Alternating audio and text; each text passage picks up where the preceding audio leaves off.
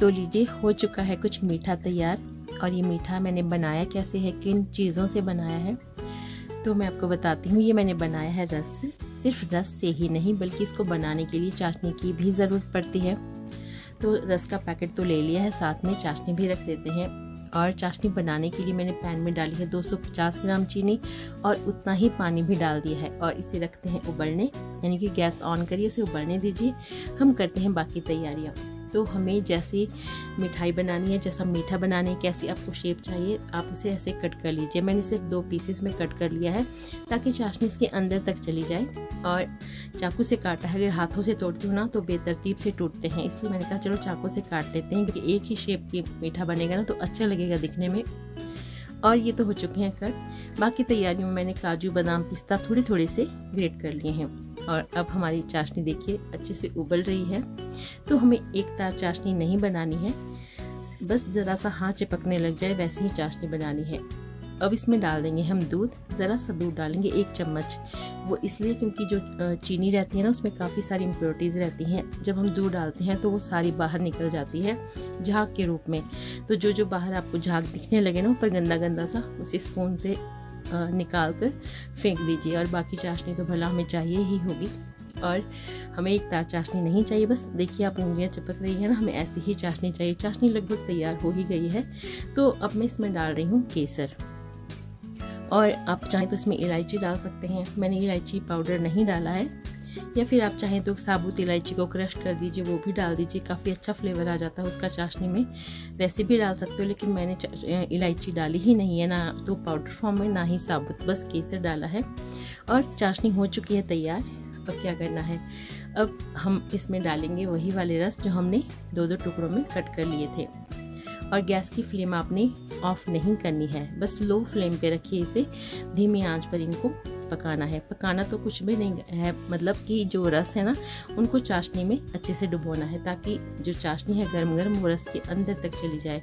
और ये एक ही बार में, यानी कि एक ही पलटा मारने में तैयार नहीं होते, क्योंकि रस खुद से ही हार्ड रहते हैं, तो थोड़ा वक्त लगता है। कम से कम 3-4 बार आप इसे पलट लीजिए, लेकिन जल्दी जल्दी पलटना, ऐसे नहीं कि 5 मिनट एक ही पलटे में लगा लिए, वैसे नहीं करना है। फटाफट से इनको पलटते जाइए। हाँ, एक बात का ख्याल रखना है कि चाशनी ना हाथों में न चिपकने देनी है, वरना इतनी ज़ोर की जलन लगती है ना हाथों में जब चाशनी चिपक जाती है, तो उसका ख्याल रखें। और फटाफट इन्हें निकाल भी देना है। तो ये काम जो पलटने का काम है ना, चाशनी में जब रस डालते हैं तो उनको फटाफट बदला दीजिए, इनके उलट पलट लीजिए और फटाफट से निकाल दीजिए प्लेट में। और उसके बाद इसी में हम दूसरी वाले जो बाकी पीसेस है वो भी डाल देंगे। लेकिन हाँ, गैस को बंद नहीं करना है, धीमा रखना है, क्योंकि जैसे ही आप गैस बंद कर दोगे ना तो ये चाशनी ठंडे होकर जम जाएगी।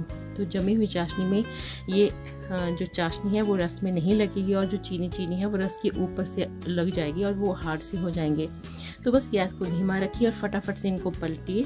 और जब 3-4 बार पलट लें तो निकाल लीजिए। और उसके बाद क्या करना है, एक प्लेट पर फैला लीजिए डेसिकेटेड कोकोनट और उसमें इनको कोट कर लीजिए।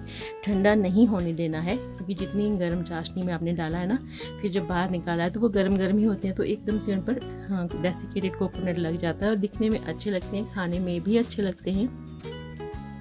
तो फटाफट लगाइए। और ये तो हुआ एक तरीके की जो मीठा बना रहे हैं आप। जो दूसरा कैसे बनाना है, हालांकि वही चाशनी है, वही रस है, लेकिन ज़रा सा लुक हम उसका चेंज कर देंगे। तो लुक चेंज करने के लिए क्या करना है, उसको हम डेसिकेटेड कोकोनट नहीं लगाएंगे, उसको बिना डेसिकेटेड कोकोनट के ही हम बनाने वाले हैं। तो उसके लिए क्या करना है, जो हमने ग्रेट किए थे ना पिस्ता, काजू, बादाम, हम उसको उस पर स्प्रिंकल कर देंगे। तो जो मैंने पीसेस लिए हैं, मैंने काजू और बादाम तो नहीं स्प्रिंकल किए, क्योंकि उस पर मुझे लगा कि पिस्ता ज़्यादा अच्छा लग रहा है। तो देखिए कितने मस्त लग रहे हैं ना।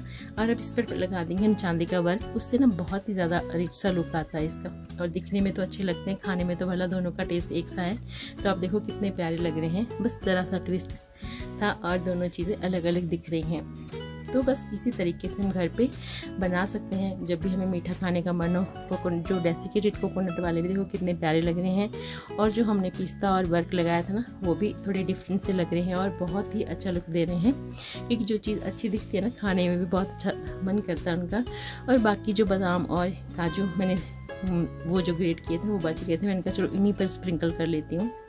और इसी तरीके से मैंने एक ही रस का पैकेट और एक ही चाशनी तैयार की थी, उससे 2 अलग लुक वाली मिठाइयाँ तैयार हो गई। Thank you.